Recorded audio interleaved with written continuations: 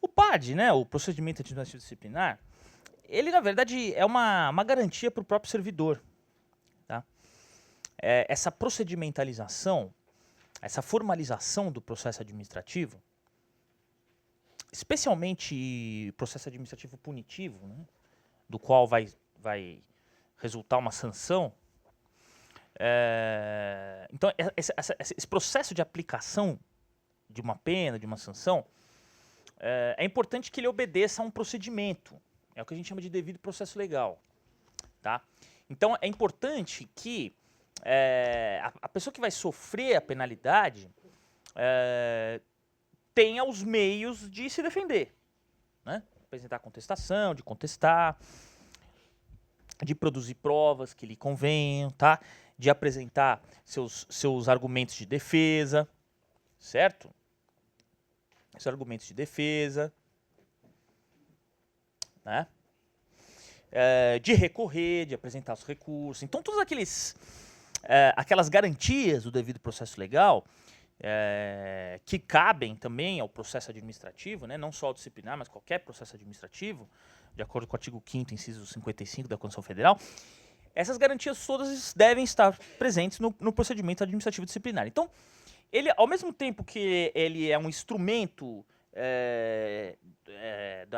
do exercício da função disciplinar da administração, ele também é uma garantia dos direitos do acusado, do servidor, de ser julgado de acordo com o devido processo legal. Certo? Porque antes dessa disciplina sobre o processo administrativo legal, sobre o processo administrativo disciplinar, vocês mesmos já comentaram, né? Existia uma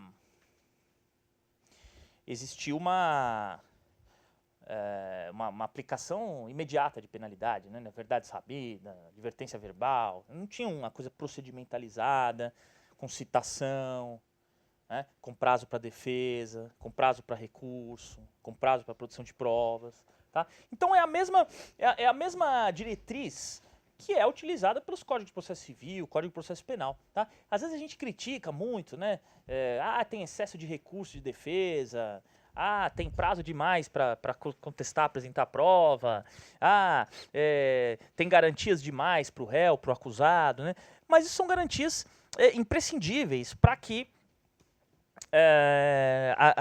a pena seja aplicada da forma mais impessoal e legítima possível, certo? Então, o PEAD, na verdade, é uma garantia realmente do servidor para a apuração das faltas cometidas, especialmente as faltas mais graves, né? Porque o PAD é um rito mais complexo do que a mera sindicância punitiva, né?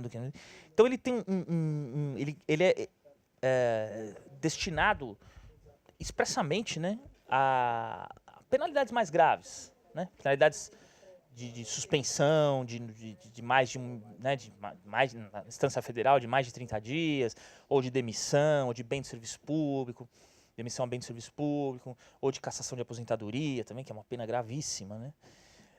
Aplicável para aqueles casos sujeitos à pena de demissão se o servidor tivesse na ativa, né? Então, se ele está na ativa, aquela infração está sujeita à penalidade de demissão. Se ele já é aposentado, ele recebe a cassação de aposentadoria. Então, para todas essas penalidades mais graves, o PAD é uma garantia de que o devido processo legal será devidamente atendido. Tá? Bom, eu vou falar, antes de falar do rito do PAD, eu trouxe aqui um dos outros pontos do programa, era a questão do afastamento preventivo. Bom, o afastamento preventivo é uma chamada medida cautelar, tá? Vocês sabem que no processo civil, no processo penal, né, existe uma série de medidas cautelares. Prisão preventiva, no processo penal seria a prisão preventiva, no processo civil seria o arresto, o sequestro de bens, né? Enfim, são medidas que o juiz toma, o julgador toma de forma imediata para garantir o resultado final do processo. Tá? Então, essas medidas cautelares, elas têm como único objetivo garantir que o resultado da sentença seja executado. Então, no processo civil, por que sequestra bens do réu? Por que bloqueia bens do réu? Porque senão ele é condenado na sentença e some com o dinheiro durante o processo, não tem mais como recuperar o dinheiro. Tá? Então ele fica bloqueado lá. Prisão preventiva. Para que serve a prisão preventiva? Né? Para o réu não atrapalhar as investigações ou causar algum... Tem aqueles requisitos do processo penal, né? Para prisão preventiva, do Código de Processo Penal. Né? E o afastamento preventivo do procedimento administrativo disciplinar vai nessa mesma linha. Ele é uma medida cautelar que pode ser tomada no âmbito do processo administrativo disciplinar para evitar que o servidor perturbe as investigações, perturbe a condução do processo. Tá? Ele está previsto, tá, uma medida cautelar excepcional. Eu coloquei aqui somente passível no PAD, né? Quer dizer, somente passível nos processos dos quais podem resultar uma condenação. Tá? Então, na verdade, eu coloquei só PAD aqui, mas na sindicância punitiva também seria possível, que sindicância punitiva é um tipo de PAD. Né? Enfim, na lei aqui de Campinas, ele está previsto no artigo 206 e 207 da lei 1599, né? Artigo 206. Né? Artigo 206 e 207. Artigo 206 e 207 da lei campineira. 206 e 207, né? Então, o 206, inclusive, tem uma redação mais atualizada, né? Por uma lei de 97. Diz o seguinte, artigo 206 da lei de Campinas. O afastamento preventivo pelo prazo de até 60 dias, prorrogáveis por mais 30 dias, poderá ser determinado pelo prefeito municipal em despacho motivado, a fim de que o funcionário não venha a influir na apuração da irregularidade a ele imputada. Tá? Então aqui teve essa reforma de 97, está se referindo só ao Poder Executivo, né? O afastamento pelo prefeito municipal. Depois a gente vai ver que tem também no ato 12, né? Mas vamos lá. Fim do prazo do afastamento, cessarão os seus efeitos, ainda que não incluído o processo. Tá? 207. O funcionário terá direito, durante o período de afastamento, né, ao pagamento do vencimento ou da remuneração durante o período em que estiver afastado preventivamente. É uma medida cautelar, ele não foi demitido, não foi suspenso, não tomou penalidade. Ele vai receber, a sua remuneração tranquilamente nesse período. Tá? Terá direito também à contagem de tempo, artigo 207 aqui da Lei de Campinas, né? Terá também direito à contagem de tempo de serviço relativo ao período em que tem estado afastado, quando do processo não houver resultado pena disciplinar ou esta se limitar à repreensão. Tá?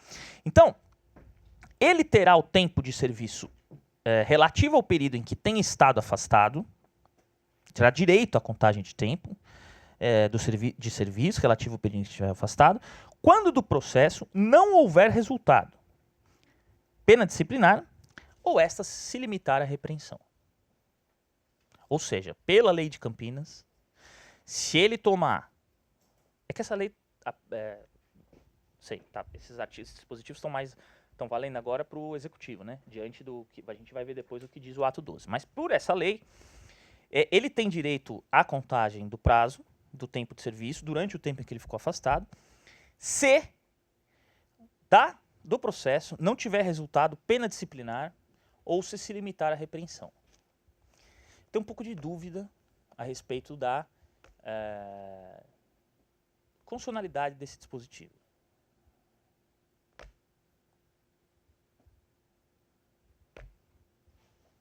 Porque imagina se ele tomou uma suspensão depois. O prazo que ele ficou afastado não conta como tempo de serviço? Quer dizer, ou vai contar como suspensão, é isso? A não ser que seja repreensão, é isso que entende, será? Você entendeu o que eu estou dizendo? Porque assim, está dizendo assim, a lei de Campinas, ele terá direito à contagem de tempo de serviço relativo ao período em que tem estado afastado, desde que do processo não tiver resultado uma pena disciplinar ou for só uma pena de repreensão. Quer dizer, se for só advertência ou repreensão, tem estatuto que chama de advertência, outros que chamam de repreensão, né? Enfim, é a mesma coisa. Se for só uma repreensão, conta normalmente o tempo de serviço que ele ficou afastado. Agora, se for suspensão ou demissão, ele perde aquele tempo de serviço. Será que isso não é quase uma pena antecipada? Será que isso não fere a presunção de inocência? Por que ele perde? Porque se ele tomar uma suspensão de 5 dias, ele não conta o tempo de serviço que ele ficou afastado. Você entendeu? Tenho dúvidas a respeito. Mas...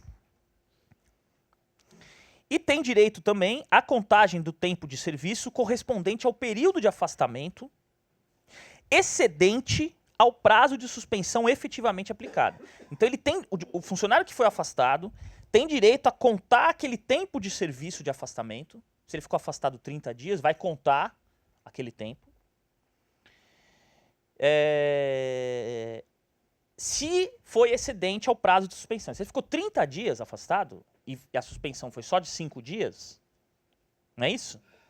Ficou 30 dias afastado, a suspensão foi só de 5 dias, ele vai ter o direito a 25 dias. Mas aí ele não vai ter direito a pena aos 5 dias da suspensão, mais os 5 dias do afastamento. Entendeu? Como tá dúbio aqui? Então vamos ver como é que está no ato. Oi.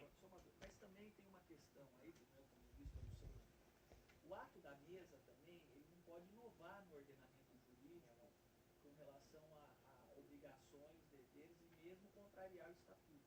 O ato da mesa só pode regulamentar, porque não é um ato legislativo, não tem a categoria de lei. Uhum. Tem a categoria de ato administrativo, como se fosse um decreto regulamentar, né? Porque a lei 359 fala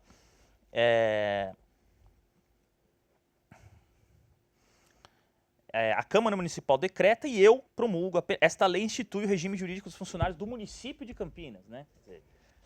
Está se reportando tanto ao Executivo quanto ao Legislativo. Mas vamos ver o que o ato fala, então. O ato 12 é no artigo 34, né? 34 caput. Então vamos lá. Tá igual.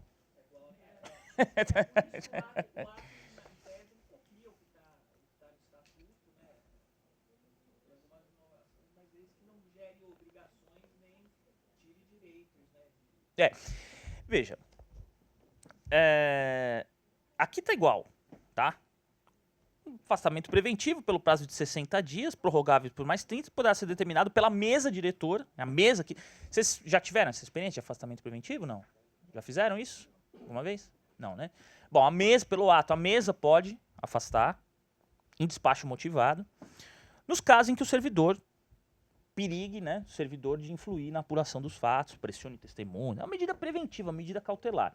Como é uma medida cautelar, uma medida preventiva, ela tem que ser entendida como tal. Ela não pode significar antecipação de pena. Tá? Mas então vamos lá.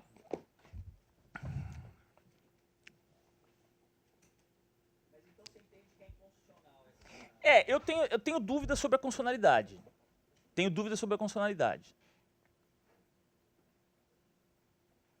De não contagem do prazo para nenhum efeito, que é uma medida cautelar. Ele não foi condenado ainda, né? E depois a redação fala, como é que é? A redação se for qualquer pena disciplinar, não conta o tempo que ele ficou afastado para nenhum... Né? Suspensão de 5 dias, ele ficou afastado 90, não conta os 90 dias. Pois é. Seria uma pena que soma a pena... Uma penalidade acessória, exatamente. Não, né? Não sei. Porque as penalidades são essas. As penalidades advertência, suspensão, multa, demissão, e demissão é bem de serviço público, cassação de aposentadoria. Seria uma pena acessória, uma outra pena. Enfim. Então me parece... contagem do tempo de afastamento excedente ao prazo da pena de suspensão efetivamente aplicada. Ah, não, mas aí no caso de suspensão, que você falou, aí entra o inciso 3, né? Aí entra o inciso 3, a contagem de tempo de afastamento excedente ao prazo da pena de suspensão efetivamente aplicada. Então, se foi aplicado 5 dias, ele tem direito à contagem do restante, da diferença. Mas aí não ficou claro para mim se aqueles 5 dias vai somar os 5 dias vai virar 10. Isso que não está muito claro. Ou não, você só uns 5 dias? Entendeu? Tá um pouco confuso. O que me parece, a leitura da lei aqui, me parece que ele tomou uma suspensão de 5 dias, ficou afastado 30, conta só 25. Mas já conta a pena de suspensão, não conta como tempo também. Ele fica suspenso de tudo, ele perde os dias também. Então é 5 mais 5 vira 10. Entendeu? Então talvez aí eu tenha um pouco de dúvida a respeito aqui. Tá? Mas enfim, o fato é que o afastamento preventivo pode ser né, realizado como sempre com essa função de medida cautelar, de assegurar que o resultado que os resultados do processo seja atingido, né? Os objetivos do processo sejam atingidos. Porque imagina, um servidor atuando, trabalhando, ainda mais num órgão que já não é tão grande, junto com colegas ali, que às vezes os colegas podem servir de testemunha. Vai ficar aquela situação constrangedora, trabalhando lado a lado de uma testemunha que vai testemunhar contra mim, não sei. Depende da gravidade também depende da gravidade também da infração, né? Da gravidade da eventual sanção que vier a ser aplicada, tá? Enfim.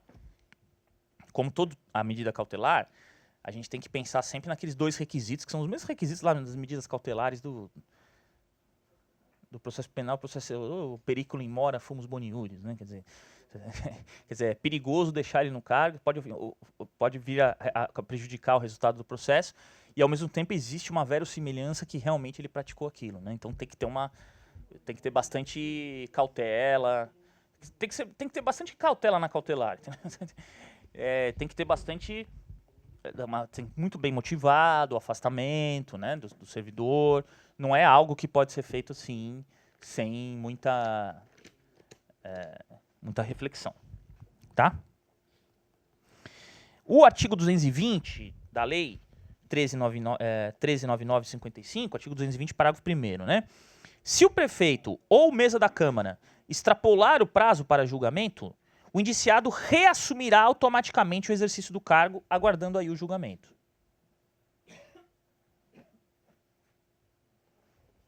Obrigado. Então passou lá os 60 dias, prorrogáveis por mais 30. Se bem que o máximo aqui de afastamento é 30 prorrogável, né? Como que eu falei? É prazo de 60 dias, prorrogáveis por mais 30, 90. É exatamente o prazo mesmo, né? Mas se ele extrapolou, passou já o prazo, quer dizer, o processo começou antes. Passou 10 dias, ele foi afastado. Se extrapolou o prazo do processo, pela lei de Campinas, ele volta. Acaba o afastamento preventivo, ele volta. Né? Não é isso?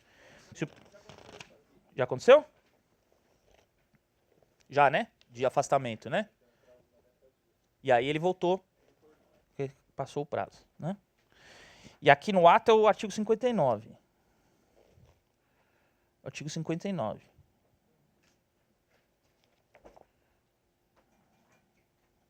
Não é o 59?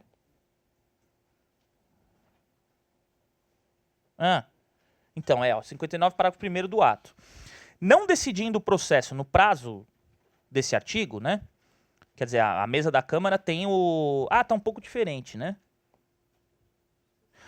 Não, tá a mesma coisa, na verdade. Desculpa, é prazo para julgamento que está dizendo aqui, não prazo do processo. Prazo para julgamento, porque tem o prazo para conclusão do PAD, que é 60 dias prorrogável mais 30. Depois, a comissão processante encaminha o relatório para a autoridade tem 20 dias para julgar. Autoridade, no caso, mesa da Câmara, né? Mesa da Câmara tem 20 dias para proferir o julgamento. Se ela ultrapassar esse tempo, aí ele volta, acaba o afastamento preventivo. É isso que está dizendo o 220, parágrafo 1º. E o 59 do ato repete, né? 59 do ato repete exatamente isso.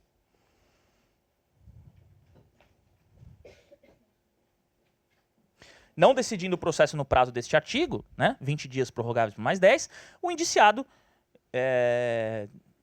na verdade, o acusado, né, seria melhor aqui. O acusado reassumirá automaticamente o exercício do cargo, aguardando aí o julgamento. Tá? Mas tem o parágrafo 2º, que é o mesmo também para as duas, né? Para as duas leis, é o mesmo. No caso de alcance ou malversação de dinheiro público apurados no inquérito, tá? No processo, né, na verdade, o afastamento se prolongará até a decisão final do processo administrativo. Então, no caso de malversação de dinheiro público ou de desfalque, alcance de dinheiro público, aí o afastamento vai até o final, até a decisão final. Não tem essa de voltar quando acaba o prazo de decisão. Essa é a lei de Campinas, repetida aqui no ato 59. Tá? O fato é que o afastamento pode ser, sim, uma boa... Uma medida, em muitos casos, é muito aconselhável. A prevenção pode sumir com provas, sumir com documentos, enfim. Mas tem que ser, lógico, tem que ser feito com todo o cuidado do mundo, porque um afastamento que depois venha uma absolvição pode... o cara foi afastado do cargo, né? Quer dizer, é uma coisa grave para, né, a honra também do servidor. Uma coisa com bastante cuidado, mas tem toda a previsão aqui pelo Estatuto de Campinas. Certo?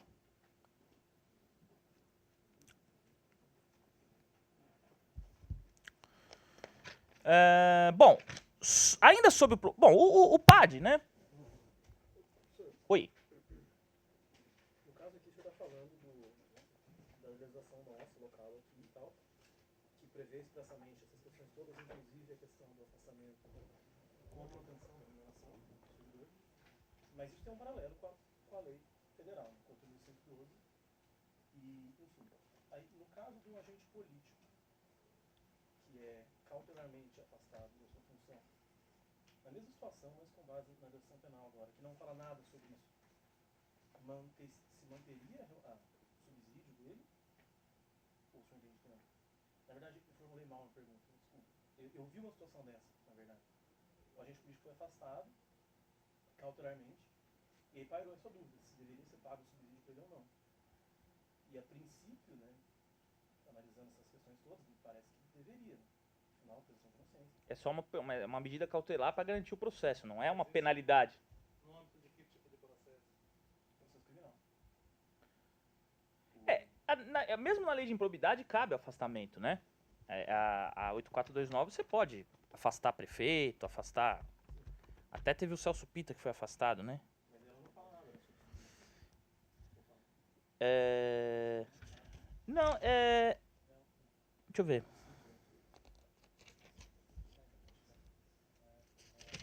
Que artigo que é mesmo?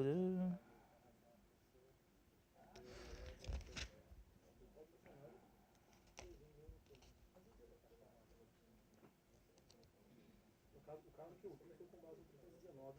319? Cisto e Código de Processo Penal. 319 é o que? É medida de prisão preventiva? Não, é o... Qual que é o... Suspensão do exercício da função pública ou de atividade de natureza econômica ou financeira, quando houver justo receio de sua utilização para a prática de infrações penais. Afastamento do agente político. Tá expresso o agente político aí? Não. Fala Do agente público em geral. Não fala nem do...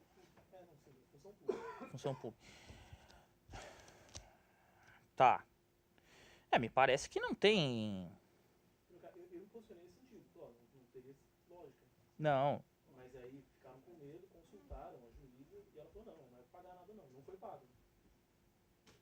Me parece Foi muito estranho, por isso que eu tô perguntando. Me parece uma antecipação da pena, né? Sim.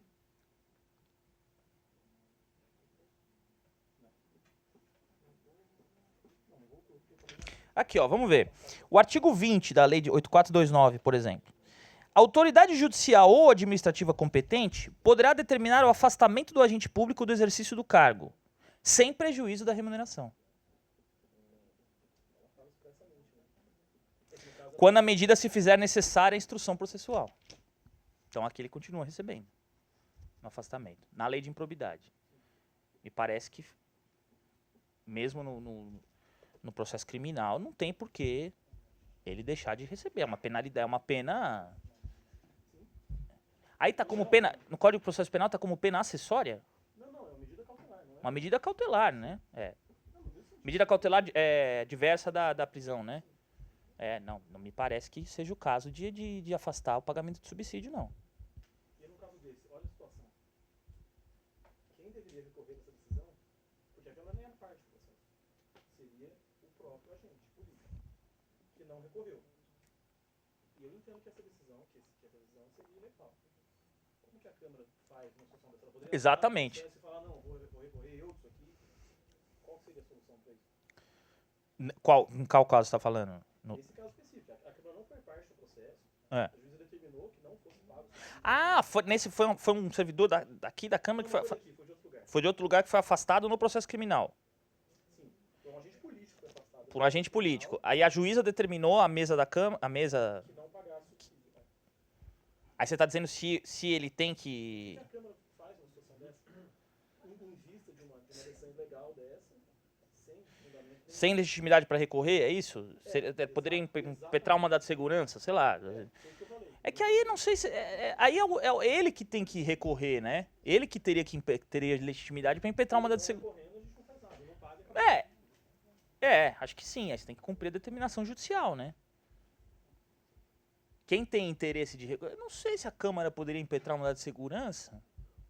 Não, né? Não teria legitimidade, né? Teria legitimidade. Está cumprindo uma ordem judicial. O interesse de agir é do servidor que deixou do agente que não está recebendo, né? Tem que recorrer daquela decisão, né? Igual essas empresas... A gente já teve caso de quebra de sigilo telefônico que as empresas de telefonia impetraram mandado de segurança contra a ordem judicial de quebra. Né? Mas aí como elas vão fornecer dados, elas teriam uma legitimidade ativa de impetrar o mandado de segurança, né? Mas nesse caso não me parece que é o caso, não. Às vezes você não paga o cara, depois ele entra com ação e ganha. Aí o dinheiro já foi devolvido para o executivo, por exemplo. Entendeu? Vai bagunçar o orçamento da Câmara.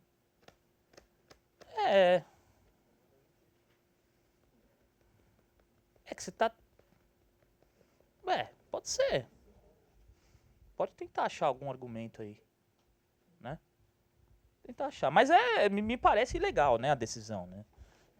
A antecipação de pena. Né?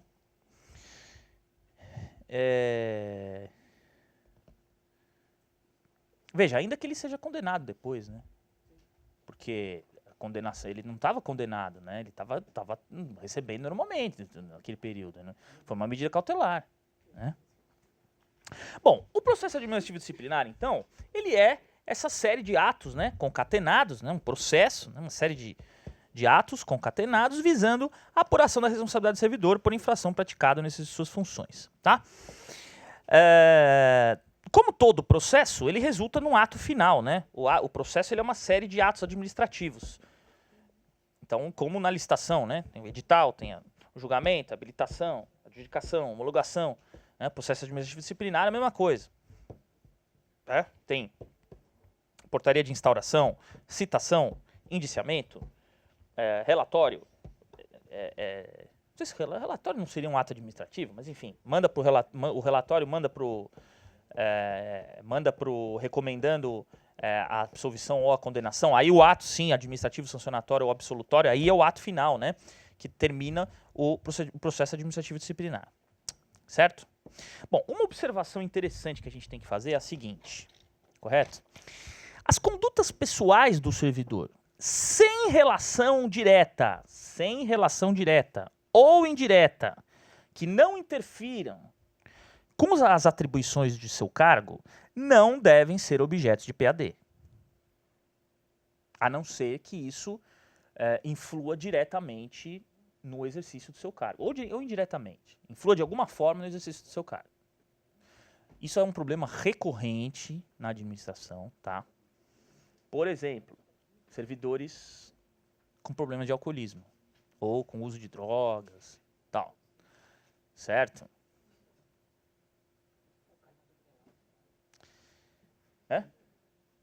Isso assim, se ele pratica um ou se ele pratica um outro delito que não tenha absolutamente nada a ver com a função dele.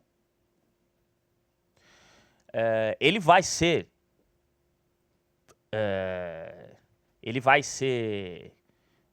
processado nas instâncias competentes, na instância civil, na instância criminal, tá? Mas se não houver uma relação direta e nem indireta com a atuação dele de servidor, não vai instaurar um PAD. A questão do alcoolismo, eu vou falar depois quando a gente falar quando a gente falar eu vou falar para vocês do. Oi, pode falar. Por exemplo, um servidor público que ele é pego no bafômetro, embriagado, tem a carteira cassada e ele tem o cargo de motorista na administração. Aí influi diretamente.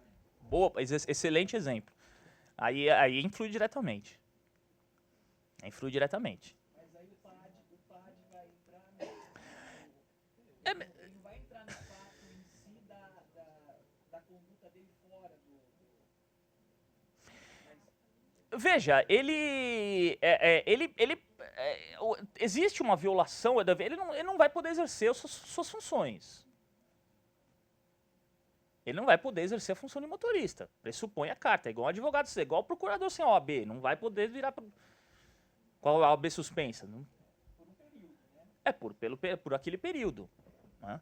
Então, aí me parece que precisa, para aplicar qualquer... Aí me parece que tem essa relação direta.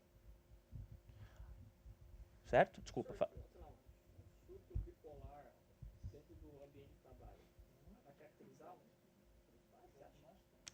Eu vou falar depois da interdição. Eu vou falar depois para vocês da questão da interdição. Eu vou falar depois para vocês do incidente de insanidade mental. Vou falar, tá? Deixa um pouquinho mais para frente.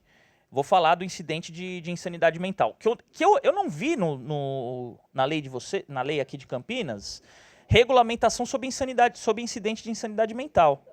Por exemplo, sei lá, a pessoa que tem um quadro de depressão, às vezes ela vai ter algum problema no trabalho, né? Sei lá, a depressão não faz a pessoa estar 100%, né? Sei lá, ela tá tá falando, né?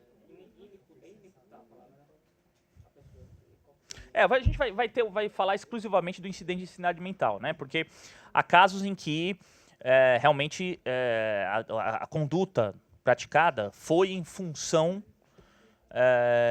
de uma doença psiquiátrica que ele tenha, né? E aí você instaura um incidente de insanidade mental, que a gente vai ver depois como é que funciona. Que faz-se um paralelo com o que diz o Código de Processo Penal, né? Alguns municípios têm isso regulamentado expressamente. Aqui em Campinas eu não encontrei, pelo menos, né? Um incidente de insanidade mental. Vários estados e vários municípios têm isso regulamentado em lei em estatutária, né, de procedimento administrativo disciplinar. Os que não têm, me parece que pode ser aplicado por analogia o Código de Processo Penal, né? O Código de Processo Penal tem toda uma regulamentação a respeito do incidente de insanidade mental. A gente vai ver depois como é que funciona, tá? Mas, assim, as condutas que não têm a ver com sei lá, se ele sonegou imposto, caiu na malha fina, sonegou imposto de renda, quer dizer, qual a relação disso? Vai abrir um PAD, quer dizer, não tem. Né? A gente tem que saber separar a vida funcional da vida particular do servidor. Tá? A não ser que isso influa de alguma forma, como o exemplo que ele deu foi perfeito. Tudo bem? Bom, o PAD, ele tem basicamente 3 fases. Né? Então ele tem a fase de instauração, tá? Tem a fase de instauração. Essa discussão de problemas psiquiátricos, tudo a gente vai ver na cidadania. Isso é um problema bem grave. Eu não sei como é que é aqui. Em São Paulo a gente tem um problema grave com isso, né? Aqui também, né? Porque aqui o problema o problema é um pouco complicado lá, enfim. Mas a gente vai falar depois. Um procedimento disciplinar tem basicamente 3 fases. A fase de instauração, que é a fase deflagratória, né? A fase em que ele é instaurado por meio de portaria da autoridade competente. A fase de inquérito, essa fase impropriamente chamada de inquérito, né? Vários estatutos chamam de inquérito, né? Até li para vocês aqui, o estatuto aqui de Campinas fala em indiciado. Na verdade não é inquérito, é processo, né? Mas enfim. Eles trazem aqui o inquérito como se fosse uma parte do PAD. Então o inquérito aqui seria constituído pela fase de instrução, colheita de provas, pela fase de defesa, que vem depois da indiciação com a citação, e por último o relatório da comissão. Certo? Então são 2 citações, uma aqui na fase deflagratória e outra citação aqui na fase de defesa. E a última fase do PAD é o julgamento, quando a comissão prepara o relatório, sugerindo absolvição, sugerindo arquivamento, sugerindo a condenação, sugerindo uma penalidade, encaminha para a autoridade que vai fazer o julgamento. Essa é a última fase. Tá? Sobre a fase de instauração, fase deflagratória, né, do procedimento administrativo, a instauração somente pode ser realizada, né, iniciada, pela autoridade competente. Caso isso não aconteça, o PAD é nulo. Tá? A competência é um vício sempre, assim, convalidável, né? Na maioria das vezes, né? Na maioria dos casos, é um vício convalidável, né? Então, se um PAD foi instaurado por uma autoridade competente, ele é nulo, mas nada impede que depois venha a autoridade competente e instaure um PAD e regulamente e convalide a questão, né? Só que ele tem que iniciar o processo de novo, porque, enfim. Nesse caso não caberia falar nem em convalidação, né? Nesse caso realmente teria que ser um novo ato mesmo, né? Instaurando o novo PAD, a autoridade competente, tá?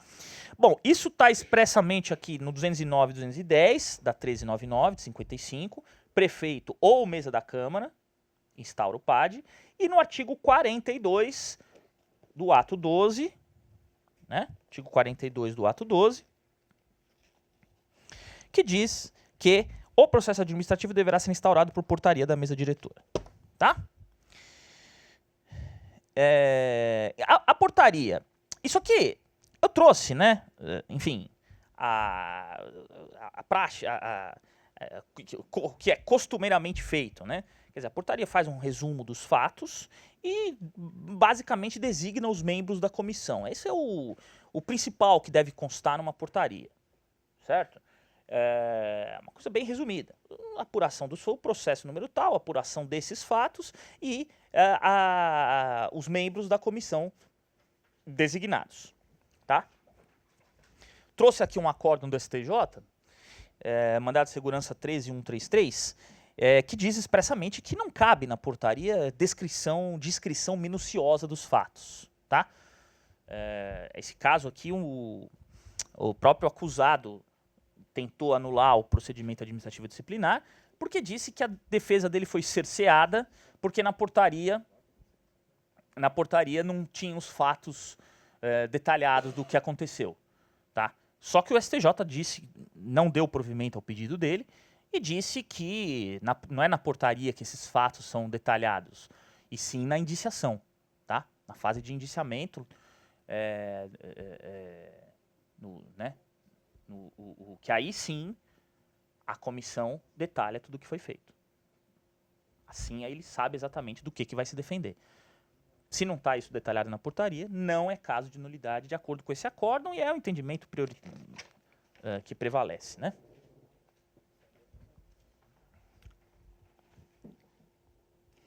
Bom, isso aqui também não tem... Eu vou falar, na verdade eu vou falar algo que para vocês não tem aplicação, porque aqui é uma autoridade só, né, que aplica, que instaura o processo, mas enfim. No caso de coautoria, tá, ou de conexão processual, tá, coautoria são dois ou mais servidores acusados da mesma infração, né? E conexão processual é quando existem faltas disciplinares conexas, né? Quer dizer, sei lá, um falsificou o documento, o outro fez a concussão lá.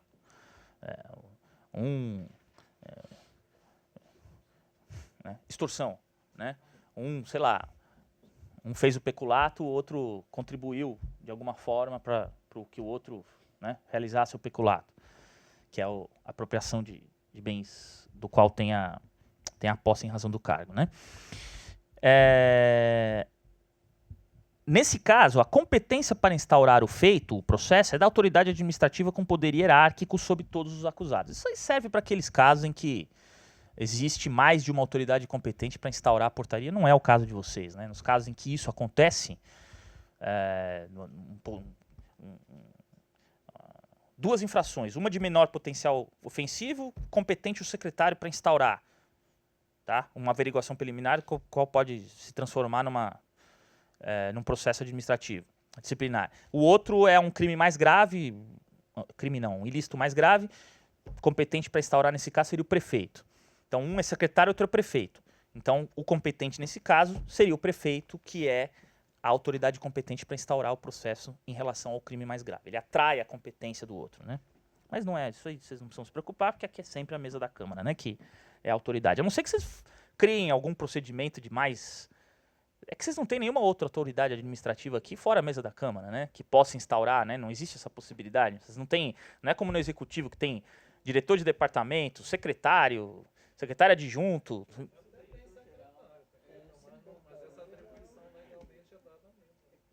Que a mesa é um órgão colegiado, né? Não é? A mesa é que dá, que expede os atos, né? É um ato, né, que a gente chama de complexo, né? Né? São várias. Não é isso? É composto. Competência da mesa, né? Então, quer dizer, na lei orgânica está expresso, né? Enfim, então não dá nem para criar esse tipo de procedimento aqui. Fiquei imaginando um procedimento mais simples que uma autoridade de inferior hierarquicamente iniciasse o procedimento, mas não é o caso, tá? Bom, o ato 12 aqui, no artigo 56, ato 12 no artigo 56, faz o seguinte: apresentado o relatório, o indiciado será citado para, no prazo de 10 dias, apresentar sua defesa, sendo-lhe facultada vista do processo na repartição. Então, apresentou o relatório, o indiciado será citado para, no prazo de 10 dias, apresentar sua defesa, tá? Sendo-lhe facultada vista do processo na repartição. O parágrafo 1º. Havendo 2 ou mais indiciados, o prazo será comum de 20 dias. Então, se tiver 2 ou mais indiciados, o prazo para apresentar essa defesa será de comum e de 20 dias. Então, dobra, né? De 10 para 20. Tá? Isso se tiver mais de 2 ou mais indiciados. Se tiver 5 indiciados, também será 20 dias. Né? Se tiver 2, também é 20 dias. Artigo 56, parágrafo 1º. Tá? Já tiveram essa experiência aqui? Dois acusados no mesmo processo? Não, né? Já tiveram? É prazo comum de 20 dias para defesa. Né? Bom, o que tem que constar numa portaria de instauração de processo administrativo disciplinar? Bom, deve constar expressamente menção à norma que atribui competência à autoridade instauradora, tá? De praxe, né? Órgão a que pertence à autoridade, instauradora, os nomes dos servidores que vão compor a comissão, com cargo e respectivo número de matrícula, tá? Designação do presidente, tá, da comissão, né? Inclusive o ato 12 aqui, 21, parágrafo 2º, né? 12, artigo 21, parágrafo 2º, tá?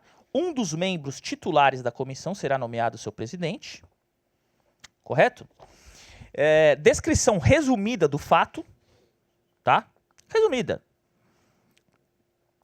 E também não dá para ser totalmente genérica, né? Não dá para você colocar, aquele acórdão diz, não precisa ser minuciosa, detalhada, mas também não dá para ser algo completamente genérico. Ah, estamos instalando a portaria por causa de uma infração cometida na Câmara. Então, quer dizer, tem que ter um mínimo de descrição, um mínimo de para apurar um fato noticiado, relatado na sindicância, número tal, né? Alguma coisa que tenha um mínimo de, né, que relacione as coisas, tá? Uma descrição resumida do fato, mas não pode ser totalmente genérica, mas também não precisa ser muito detalhada, tá? Indicação do rito, prazo, data e assinatura. O rito aqui para vocês têm praticamente dois ritos só, né? Não tem praticamente vocês têm só a sindicância investigativa e o processo administrativo disciplinar, né? Vocês não têm outros ritos de sindicância investigativa, né? Mesmo a sindicância punitiva, vocês também não têm essa conversão, tá? Enfim. Então, seriam mais o rito ficaria mais fácil mesmo, tá? Já disse isso aqui, né? Recomenda-se a ausência do nome do acusado. Aqui é obrigatório, né? A ausência do nome do acusado, porque afinal, no final do processo pode ser comprovada a sua inocência, tá?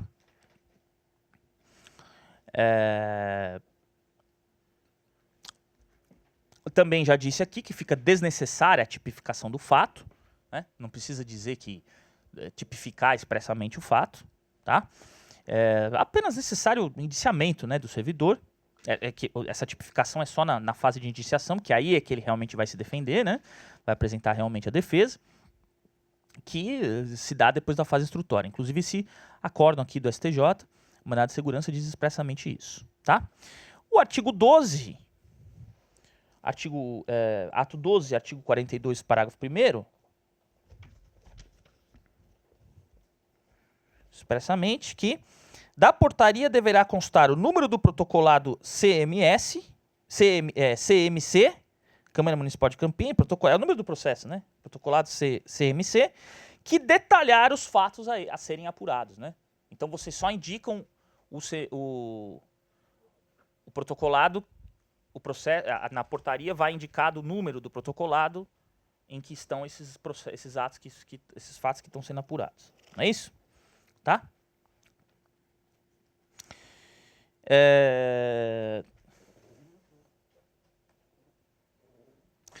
A comissão processante, artigo 210, artigo 210 da 1399, ela é designada expressamente, ela é designada pelo prefeito ou pela mesa da Câmara e composta de 3 servidores, tá? Não fala nada sobre estabilidade, né? Pelo menos no 210 não. Eu não sei se no 21, o 21 do artigo 12 fala em estabilidade. Deixa eu ver. São endividamentos compostos por 3 membros titulares com 3 suplentes. Não fala de estabilidade, mas é o que a gente falou ontem, né?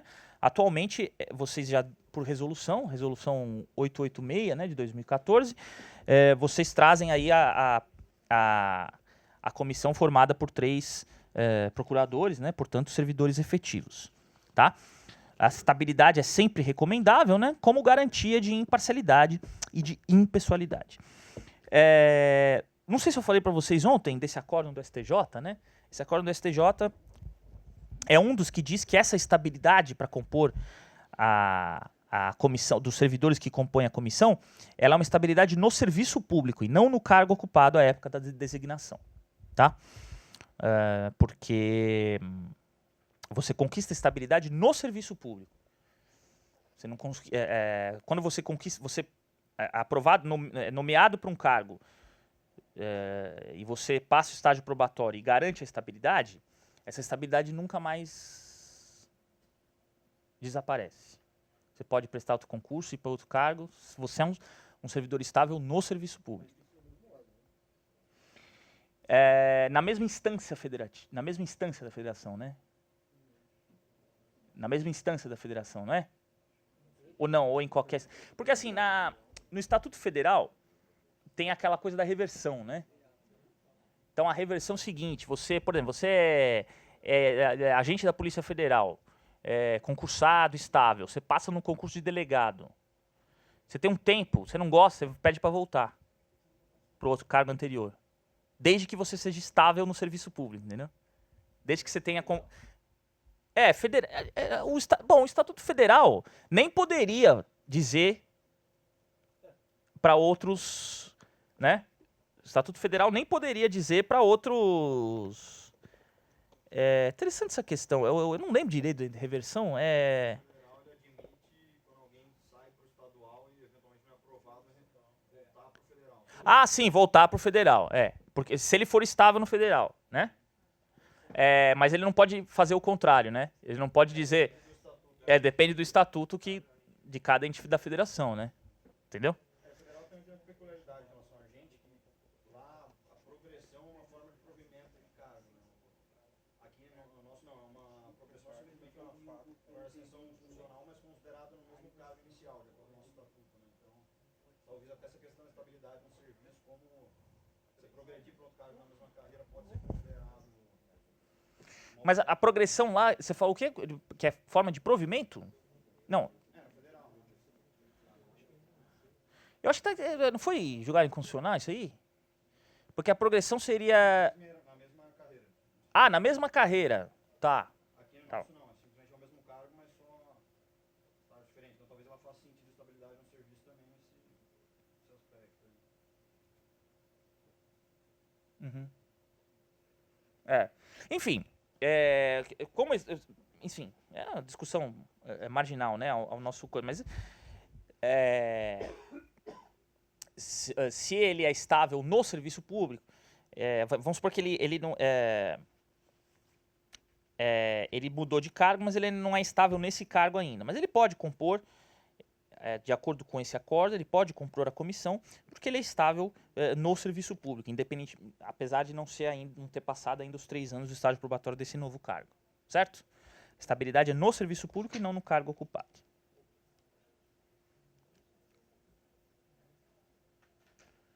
Tudo bem? Bom, a comissão permanente, recomendável que seja permanente. A comissão processante, é recomendável que seja permanente, tá? Eu achei uma lei aqui, que eu não sei se tá... Essa lei tá em vigor, a 4645 de 76? Que reestrutura a Secretaria de Negócios Jurídicos?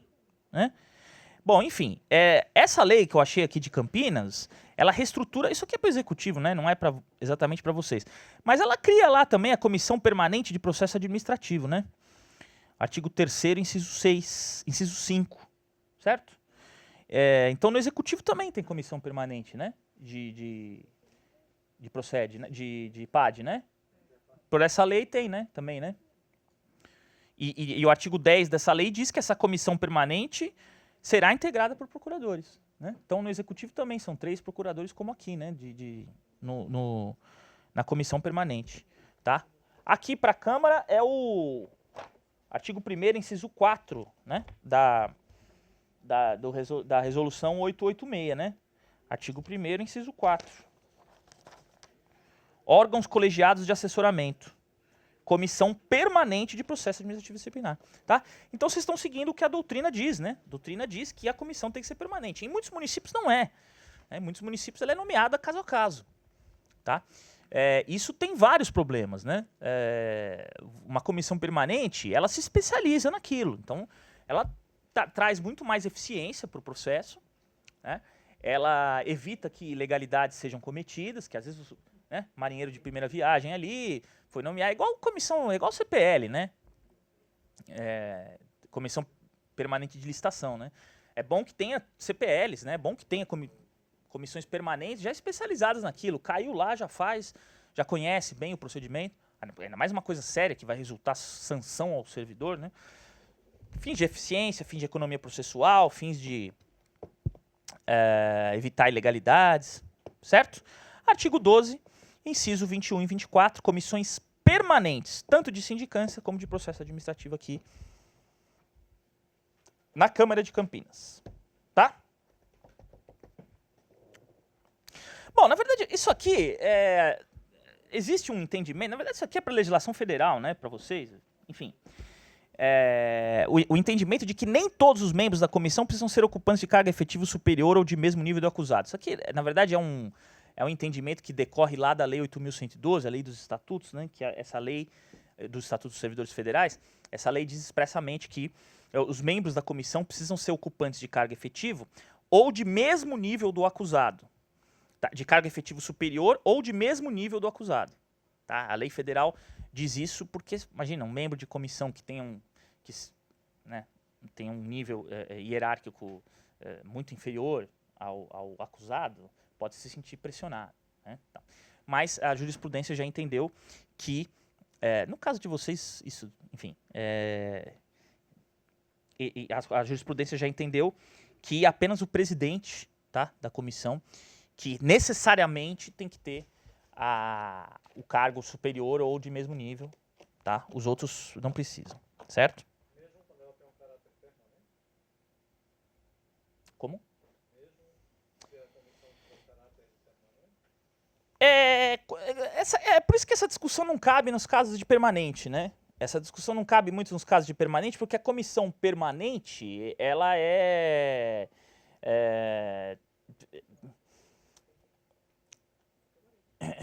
ela é permanente, né? A questão do juízo natural.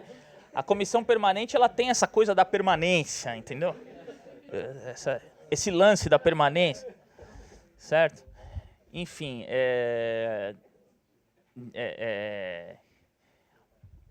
no caso aqui no caso da comissão permanente, essa discussão não é mais uma discussão voltada ao federal, né? Que tem toda uma jurisprudência a respeito disso, né? Tem jurisprudência a respeito de tudo, né? Em matéria de procedimento disciplinar. Mas enfim. Bom, o presidente designa um servidor como secretário, pode ser um dos membros da comissão, né? Claro, é melhor que seja, né? Isso está expressamente na Lei 1399, artigo 210, parágrafo 2º. Está no artigo 1226, inciso 2, do ato, né? Compete aos presidentes das comissões de sindicância designar o servidor que desempenhará a função do secretário. Como é que vocês fazem um rodízio aí de quem é secretário, né? Cada um é secretário uma hora, cada um é presidente uma hora, né? O presidente é fixo.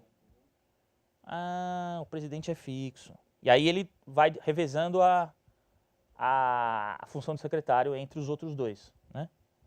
Tá bom. O que é o artigo 28 que eu coloquei aqui? Competência dos... sim, a competência dos secretários, né? Aqui no ato 12, artigo 28 aqui da Câmara, traz toda a competência dos secretários das comissões, né? Recebe e autua os processos, registra e digita os depoimentos e as inquirições, elabora as atas, procede à juntada de documentos, certifica atos processuais. O secretário trabalha aqui, hein? Procede a intimações, emite expedientes, mantém controle sobre os prazos processuais, organiza a pauta de reuniões, efetua o arquivamento das segundas vias dos documentos, realiza o controle dos documentos da comissão permanente, tá? Então, artigo 28 aqui do ato de Campinas são todas as funções do secretário, tá? As funções do secretário nomeado pelo presidente, certo? É claro que a gente tem isso também super bem regrado lá em São Paulo, mas é claro que no dia a dia ali a gente sempre acaba todo mundo meio que fazendo tudo, né? Assim, né? Acaba dividindo essas funções.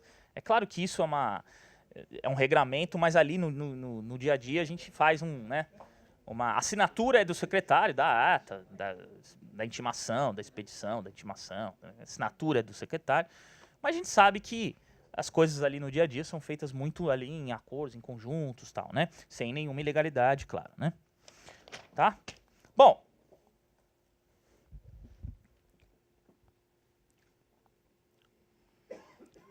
Oi. Só uma dúvida, lá em São Paulo, como que vocês costumam fazer com as funções, atividades de mero expediente?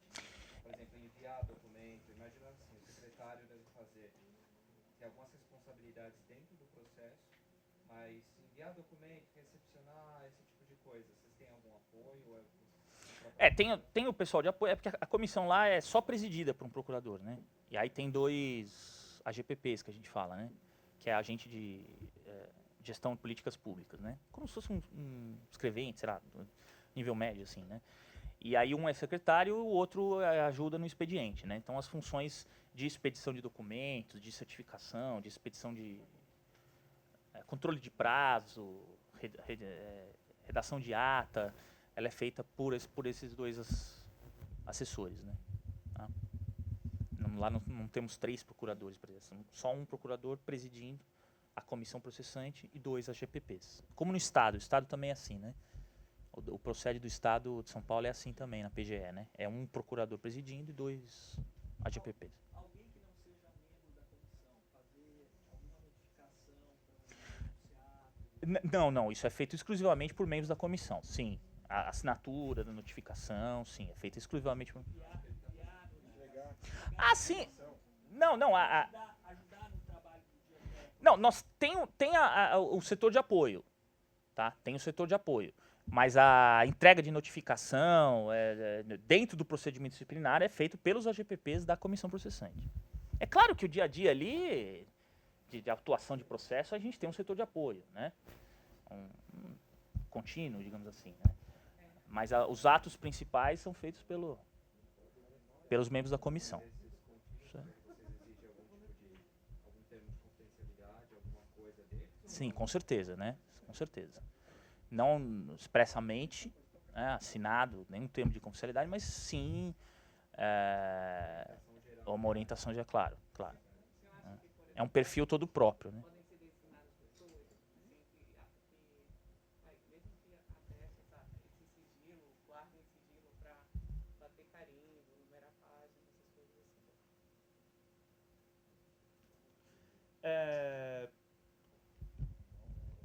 Sim, quer dizer, entendi também. É claro que quanto mais ficar concentrado, como mais ficar concentrado nos membros da comissão, melhor, tá?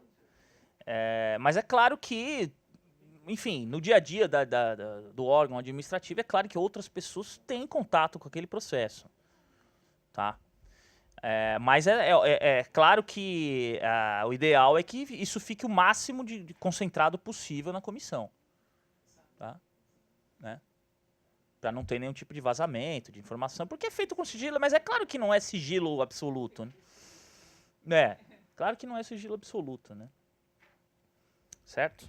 É que agora, como a gente está com o SEI em São Paulo, né? A gente está com o processo eletrônico, facilitou um pouco todo esse expediente, né? A gente não junta mais processo, não junta mais folha no processo, né? Quer dizer, alguns ainda são físicos, mas muito poucos, né? Em geral são 6. Então essa parte de expediente facilitou bastante. Né? Sim, quando é simples, vários volumes, teoricamente aqui não é exclusiva para isso. Exatamente. Você tem um procurador que poderia estar comparecer, outro poderia estar fazendo outra coisa. Claro. Em Claro. vários volumes. Uhum. Essa dúvida. Claro. Não, claro que a pessoa tem que ser... Pode até... não sei, assinatura de termo de confidencialidade? Vocês promovem isso? Não, né? Eu acho assim, quem atua nesse setor, com vocês, os contínuos, os escreventes, não sei como é que vocês têm esse cargo aqui, como é que chama, né? GPP, não sei. Procurador. Assessoria administrativa, né? É importante que seja o máximo possível, claro, internamente tem que ter a orientação de que aquilo é o mais sigiloso possível. Mas para garantia processual é melhor que só os procuradores.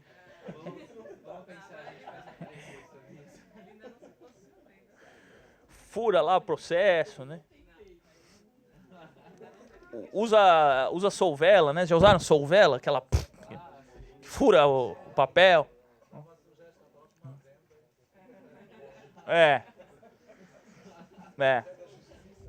Eu quero ver como é que vai ser. Eu tô louco pra ver como é que vai ser o orçamento sigiloso, né? Da nova lei de licitação. Tô louco pra saber como é que vai ser isso. Tô louco pra saber.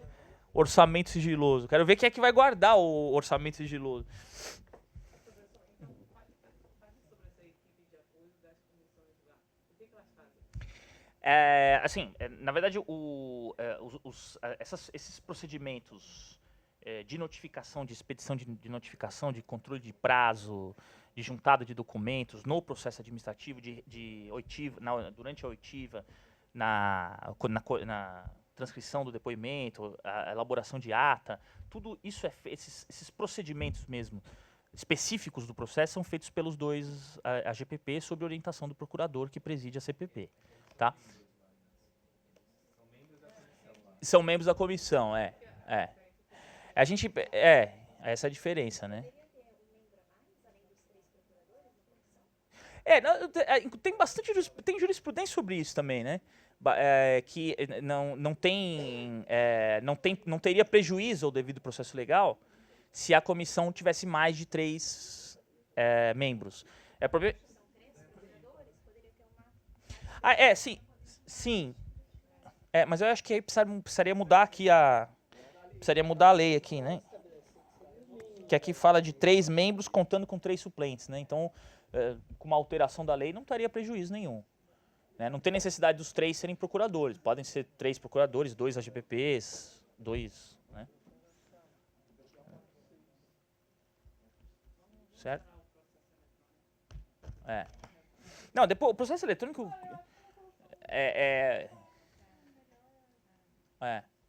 o processo eletrônico é maravilhoso, assim, espetacular, né? Não tem uma melhora de vida inacreditável. O problema do processo eletrônico é que o computador está sempre com você, né? Você tem acesso até no celular, então você acaba às vezes fazendo coisa no fim de semana, assim, você acaba à noite a chefe te manda ver te manda um WhatsApp, te manda ver um processo, você tem acesso direto porque tem acesso pela internet, né? O SEI. Então você fica o tempo inteiro com o trabalho ali ao seu acesso muito fácil. É diferente do processo físico que fica no órgão, foi embora para casa, acabou, né? Mas isso é mínimo perto das vantagens que tem, né? Vantagens inúmeras. Enfim. Economia de recursos, principalmente, né? Agilidade, enfim.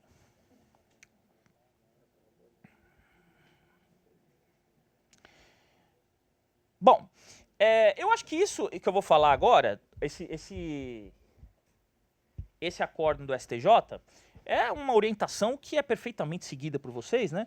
Porque vocês têm isso bem separado, né? A comissão de sindicância são determinados servidores, comissão de PAD são outros servidores, certo? Ou não, ou às vezes mescla, né? Isso é a doutrina e jurisprudência majoritária, trouxe só um exemplo aqui, tá? Doutrina e jurisprudência majoritária diz que servidor que participa das investigações da sindicância prévia não pode participar do PAD. Não pode, tá? E esse acórdão especificamente diz o seguinte, que não adianta você alegar falta de recursos humanos. Não tenho servidor suficiente, tá todo mundo cheio de serviço, vai ter que ser o mesmo. Sindicância investigativa e PAD vai ter que ser o mesmo. Não adianta esse tipo de justificativa, tá? Por esse acórdão aqui do STJ, tem que ser separado. Servidor do sindicância, servidor no PAD. Certo?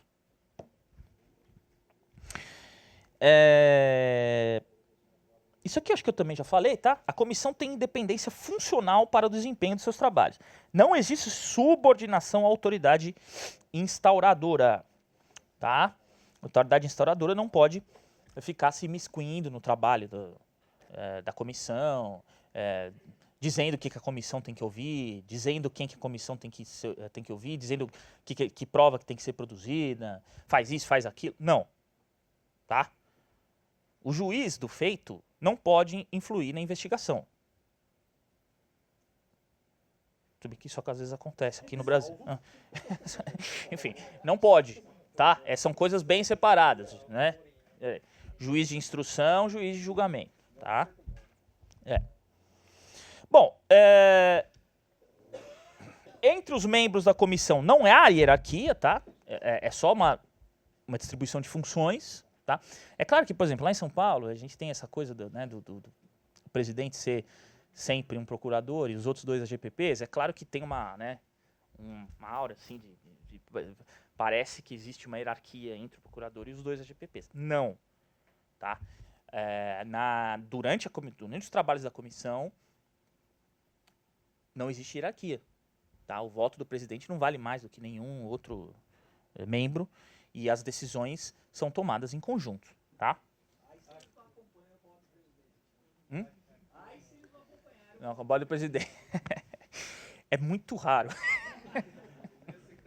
É quase muito raro isso acontecer. Um órgão composto, né? São 3 e Órgão colegiado, né? E É. decide pela maioria. Nesse caso, haveria necessariamente será 2 votados de um jeito, um terceiro de outro. Que seja feito um voto separado, que fique ali. Sim. Não necessariamente. É muito importante que, se alguém discordar, faça constar expressamente de ata a discordância em relação a um relatório, a um voto em separado. Tá? Raro, tá? É bem raro, na verdade. Mas, enfim. Né? Acaba se chegando a um acordo ali, né? Mas, sei lá, se um membro entender pela absolvição e os outros 2 pela condenação, ele deixa isso constando em ata. Muito raro de acontecer, tá? Mas é possível, porque os 3 têm, né, os atos são atos ali, atos de um órgão colegiado, atos composto, né? Ato composto, né? 3 declarações de vontade, um ato só, né? 3 declarações de vontade, um ato só. Certo?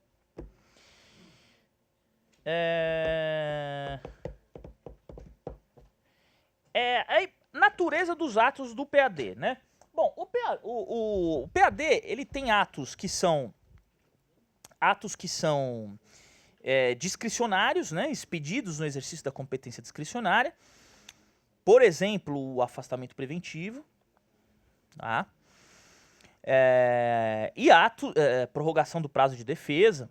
Tá? Prorrogação do prazo de defesa está aqui também no ato 1256, parágrafo 3º. No 1399, 215, parágrafo 3º, tá?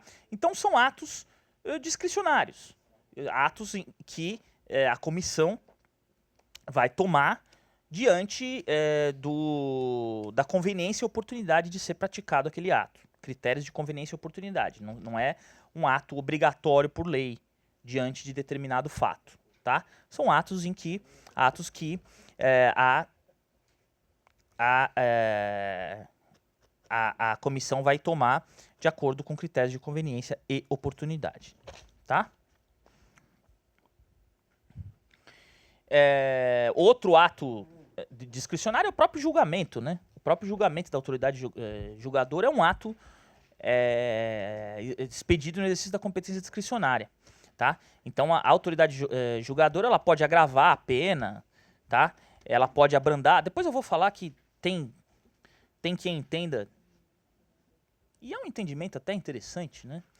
Que no caso da autoridade julgadora agravar a pena proposta, em São Paulo isso é muito raro, né? Mas não sei como é que...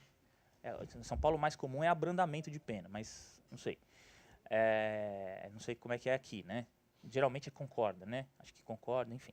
Mas lá é muito comum ter uma alteração da pena proposta pela comissão para baixo, tá?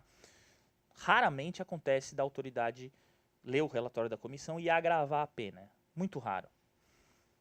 Tem gente que fala que se isso acontecer, se a autoridade que recebe o relatório for agravar a pena, tem gente que fala que tem que reabrir o prazo de defesa. Que afinal de contas é uma nova penalidade que ele está aplicando. Enfim, tem argumentos interessantes para isso, tal, mas me parece que ele já se defendeu do ato lá atrás, né? Quer dizer, a defesa dele é em relação ao ato, né? Em relação aos fatos, né? Em relação à condenação ou absolvição. E não exatamente em relação à dosimetria da pena, né? E é anterior ao relatório da comissão, a defesa dele, não é? Lá em São Paulo. É anterior à comissão. É diferente. Aqui é antes e depois, né? Se abre memoriais como oportunidade mais defesa por praxe mesmo, antes do relatório, depois a defesa mesmo estatutária. Depois a defesa mesmo, né? Depois do relatório para subir para Aham. a mesa. Tá. Vocês dão uma super chance de defesa aqui, né? né? A defesa prévia e a defesa posterior ao relatório. Aham. É. É que a comissão não analisa essa próxima defesa. É porque temos oportunidade de influir na nossa adesão Foi à a comissão primeira. e depois a oportunidade de influir na adesão da. Nossa adesão não, nosso parecer. É. É que o que não o que é complicado de evitar, eu até acho que vou falar disso, tem o artigo aqui da Lei de Campinas, né? Da 1399, mas o que é complicado de evitar é que antes do relatório tem alguma defesa. Tá? Aí me pareceria um cerceamento. Deixar a defesa só para depois. Porque é óbvio que o relatório influi muito no julgamento. É óbvio que o relatório influi muito no julgamento da autoridade, né? A autoridade leva muito em consideração o que a comissão processante fez. Né? Principalmente aqui, né? Composta de 3 procuradores, enfim, tem uma... dificilmente a autoridade vai bancar uma alteração, né, de penalidade de proposição, de proposta de penalidade. Então, me parece que aí nesse caso, a falta de defesa prévia ao relatório traria um cerceamento de defesa. Mas como vocês dão antes e depois, aí já dão mais do que o necessário, né? Porque lá o momento correto é após a instrução e antes do relatório. Isso. Apresentam a defesa. Isso, é como na lei federal, né? Como na lei federal. Mas aqui é antes da instrução. Aqui a estatutária, o estatuto prevê depois do relatório. É. Mas a gente cria essa oportunidade antes também. É porque, na verdade, ele se defende... A peça de acusação é a indiciação, né? Que se chamam como? Indiciação? Não. Indiciamento. Tá. Aqui a peça de... não, o antes do relatório. Como é que, a peça acusatória, como é que se chamam? Indiciamento? Não. Depois da fase instrutória.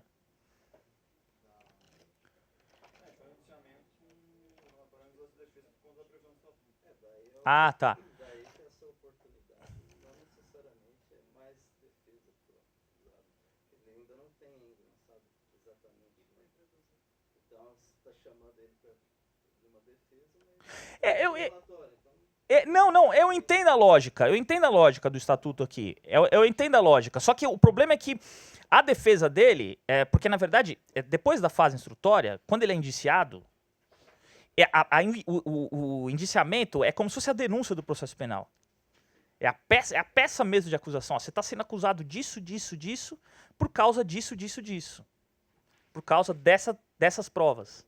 Você está sendo acusado disso. Isso prova que você fez isso. Aí é a chance dele se defender de tudo aquilo. Isso já teve instrução, ele já participou da instrução. Se defender de tudo aquilo. Ó, aquela testemunha falou, é falsa, aquela perícia foi um absurdo.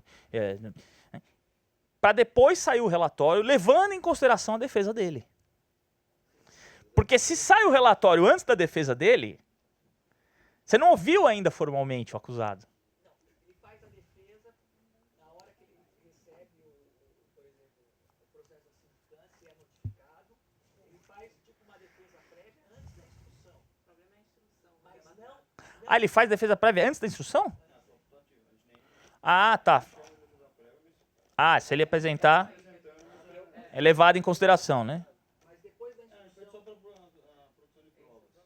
Mas daí alguns acabam já apresentando a defesa prévia só para Tá, é como uma juntada de um documento num processo, sem problema nenhum, né? Mas não seria correto, assim, supor, depois de encerrada a instrução, ele ter a oportunidade, depois das provas já colhidas, da perícia realizada, Influenciar e no antes da relatório. decisão, ele apresentar Antes do relatório. o relatório. Sim, eu acho que esse seria o método mais correto. Porque depois que o relatório é apresentado, muito dificilmente vai mudar. Mudar assim, no sentido de... Pode mudar a dosimetria, mas a dosimetria proposta, né? Mas de mudar de condenação para absolvição dificilmente vai acontecer. Então, por isso que é interessante você conceder a defesa antes da elaboração do relatório. Depois da instrução, claro, depois da instrução. Com certeza. Depois da instrução. Agora, pelo que vocês estão me falando, vocês dão a chance depois da instrução e depois do relatório. Eles dão antes da instrução, isso que é o problema. Ah, antes da instrução? Depois do relatório, antes da autoridade superior decidir sobre o relatório da Ou seja, só a possibilidade daquela manifestação influir só no julgamento da autoridade, não mais da comissão. Me parece que aí tem um probleminha. Porque, assim, eu entendo também, é porque, na verdade, a ideia aqui do estatuto, não sei, a ideia do estatuto é que ele leve em consideração o relatório para conseguir se defender de tudo que está no relatório. Tem uma razão de ser também, entendeu? É que me parece que a defesa anterior ao relatório pode prejudicar, pode ajudá-lo, é uma garantia maior à ampla defesa. Porque ele já evita, já corta o mal pela raiz, né? Já evita que a condenação dele seja proposta. Tá? Agora também, nada impede de que seja levado em consideração. Vocês têm possibilidade de mudança de relatório depois? Com a apresentação de defesa dele, não? Ou sobe tudo para a autoridade? A defesa estatutária mesmo, que é depois do relatório, já que o estatuto sobe. Mas esses memoriais é justamente essa fase, já normalmente já vem capitulado até da sindicância. Os memoriais depois da instrução. Encerrou a instrução, a gente abre os memoriais, que é a defesa... Então tem defesa. Vocês estão dando dupla defesa. Vocês estão dando mais defesa do que o necessário, inclusive. Garantia plena de vocês estão dando defesa antes e depois. A defesa prévia tem 3 momentos para se manifestar.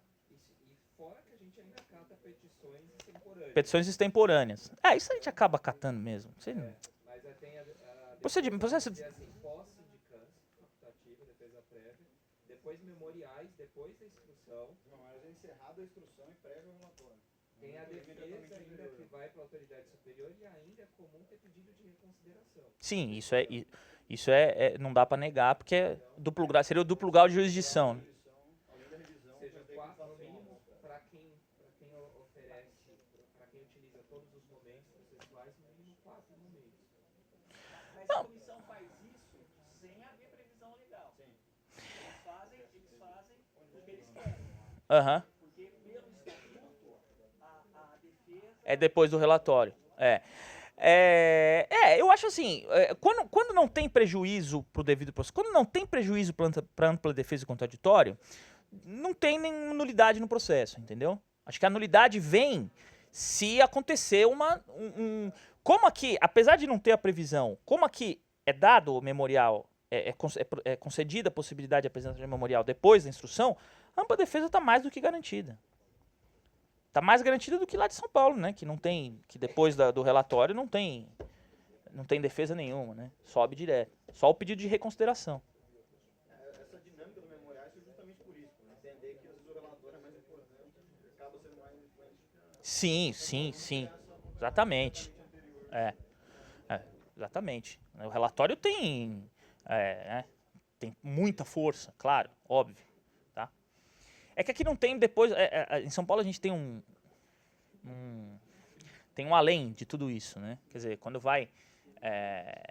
depende da penalidade, é o diretor de procede, depende da penalidade é o secretário e depende da penalidade é o prefeito. Demissão é prefeito, né? Suspensão é secretário, suspensão advertência pode ser diretor de departamento, tá? Mas enfim... Diretor de departamento também pode ser até advertência até suspensão até 5 dias. Mas, independentemente disso, além de ser encaminhado pela comissão processante, ainda passa nas assessorias jurídicas. Entendeu? Então, por exemplo, se é o prefeito que vai aplicar, ainda passa pela assessoria jurídica da Secretaria de Governo. Se é o diretor de procede que vai aplicar, ainda passa pela assessoria jurídica do diretor de procede. Né? Então, ainda tem uma análise a maior. Né? Hã? Também, né? Dá o parecer na coisa. É que aqui não tem, a mesa acho que não tem uma assessoria jurídica própria, né? Acho que não é o caso aqui, né? Então... Poderia. Poderia. Nada impede que a mesa tenha uma assessoria jurídica específica para analisar a legalidade daquele processo que está sendo... No caso, como está na procuradoria, porque Sim, embora integrado por procuradores, são órgãos distintos. órgãos distintos. Sim. Pode ser uma procuradoria consultiva e a outra é processante, né? Pode ser separado, sim, com certeza. Tá?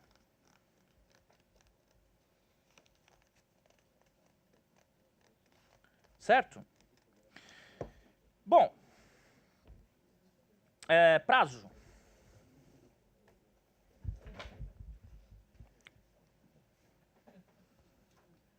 Vocês querem fazer intervalinho? Não está pronto? Então não vamos fazer intervalo. Não sai o bolo do forno ainda. Prazos. Artigo 211, parágrafo único, 60 dias, prorrogáveis por mais 30. E ato 12, 42, mesma coisa, né? O prefeito ou a mesa da Câmara, artigo 220 da 1399 e artigo 12 do artigo 59, tem que proferir o julgamento em 20 dias, prorrogáveis por mais 10. Então o total aqui é um total de 120 dias. Não é isso? 60 mais 30, 90, mais 20, 80. Mais 20, 110, mais 10, 120. Então, o total aqui da publicação da portaria até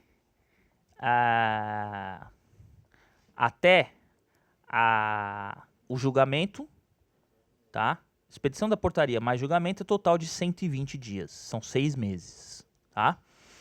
Esse prazo, como eu disse, é impróprio, mas quando ele acaba, volta a contar o prazo prescricional da prescrição punitiva, tá?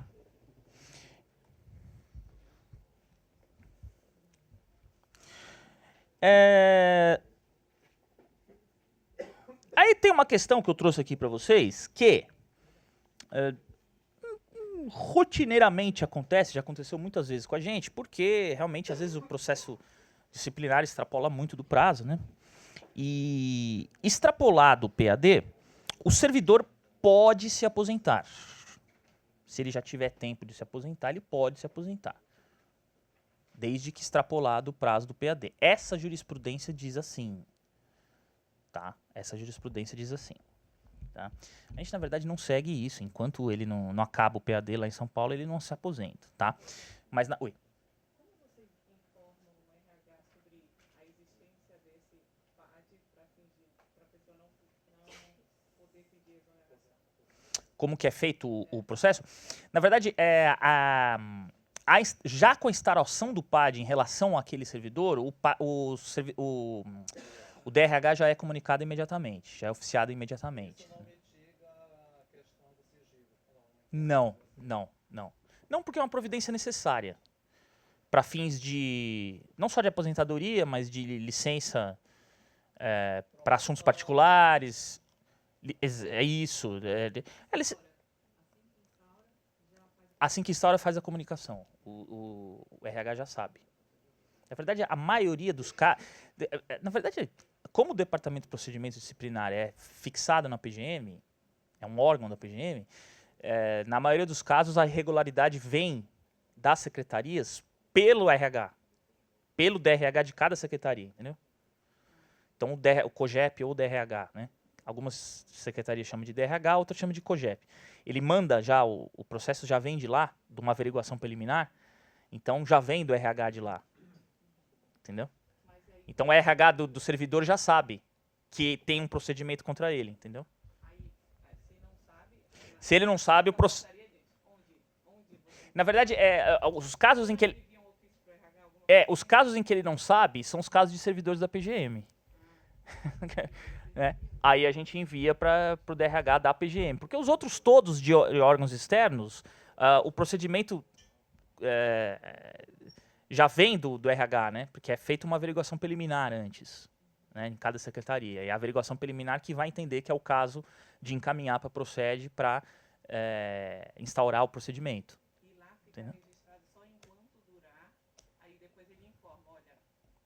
Sim, depois é informado o resultado negativo. Aí o processo volta para o órgão de origem, né?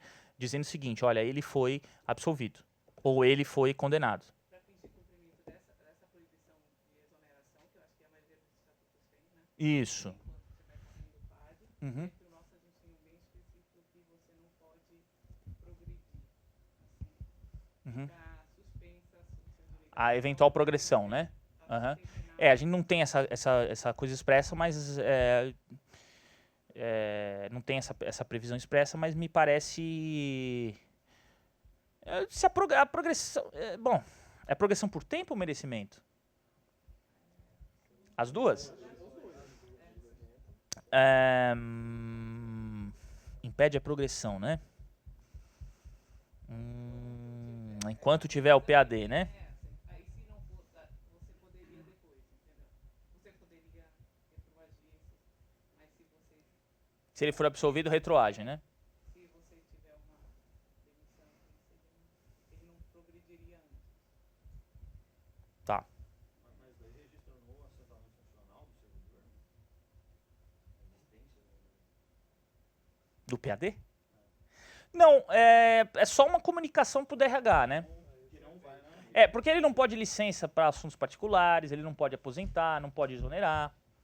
Né? Mas como eu disse, esses procedimentos muitas vezes vêm dos 90% das vezes, 98%, vêm dos RHs, entendeu? De cada órgão. Então, e depois o RH tem que ser comunicado do resultado. Agora, Eu não sabia, então eu fiz isso. Porque ninguém me informou que estava acontecendo no pai, era um tipo. sim. Agora, a progressão por tempo também é quinquênio, essas coisas, não dá enquanto dura o PAD? Ou dá retroativo? É bom, dá retroativo depois. Não tem vinculação com a progressão. O que tem é diferente do Ah, tá, é bom, quinquênio não é progressão, tá, tudo bem, esquece que eu falei, quinquênio não é progressão, você tá dizendo é progressão na carreira, de nível e tal. É vedado mesmo por tempo? Porque tem a progressão por tempo ou é só merecimento? Tem períodos de avaliação, tem uma condição mínima lá e Ah, tá. período específico pode... Ah, tá, aí, bom, faz sentido, faz sentido. Porque além do RH, aqui nós temos uma comissão Aham, que é encarregada justamente dessas atribuições relacionadas a essa progressão, essa questão toda de nível, né? de técnica de gestão de carreira. Então, ela também, a princípio, né, a meu ver, teria que ter essa comunicação a respeito disso. Aham, É ela que diz se a pessoa vai progredir ou não. entendi. E aí, se ela tem um PAD em andamento contra ela, não existe essa progressão, né? Mesmo porque envolve mérito, né? Envolve discrição, envolve merecimento também, né? Não é isso? Anfam. Mas depois existe a retroatividade, né? Se Se não for concluído, não foi concluído. é só suspenso Só suspenso. aquele ato, entendeu? Uhum. A gente tem que esperar a sanção para, de fato, impedir esse... Não, pela forma como está redigido hoje, não. Vai ser questionável isso. Me parece que dá pra questionar. Porque não sei se parece uma antecipação de pena aí, né? Me parece uma antecipação de pena. Por isso que eu perguntei se era tempo ou merecimento, né? E assim, mas ele vai receber depois retroativo, mas deixou de receber naquele período. Né? O tempo que vai demorar, né? Me parece acho que tem um probleminha aí, hein? Da mesma forma que eu acho que tem um probleminha ali no afastamento preventivo e tal, eu acho que tem um probleminha ali que precisa ser, talvez, estudado melhor. Entendeu? Mas, o que eu ia falar? Ah, tá. Então, esse acórdão do STJ é um entendimento já bastante recorrente, tá? Que, se extrapolado o prazo do PAD, ele poderia se aposentar. É mais ou menos aqui, se extrapolar o prazo do PAD, ele poderia progredir. Sabe? Passar o prazo do PAD, ele poderia progredir. esse entendimento desse acordo, não está na lei. Isso é um entendimento desse acordo. Aqui seria 120, né? Que é o 60 prorrogável por mais 30, aí sobe para a mesa, 20 dias prorrogável por mais 10, né? O total é 120. Tá 120, tá certo, né? 120. É que lá é 60 mais 60, né? Então é 120. Tá? Aqui em Campinas 120. Mas, então, extrapolado essa jurisprudência, diz o seguinte, olha, é o que eles falaram, né? Não pode ficar eternamente esperando acabar o PAD sem chance de aposentar, sem poder exonerar, sem poder progredir, né? Seria um abuso. Então, nesse acórdão, o STJ reconheceu que se passou o prazo. Essa seria uma outra consequência, né, da extrapolação do prazo. Tá? Oi. Tá pronto? Então vamos tomar um cafezinho? Tá? Obrigado.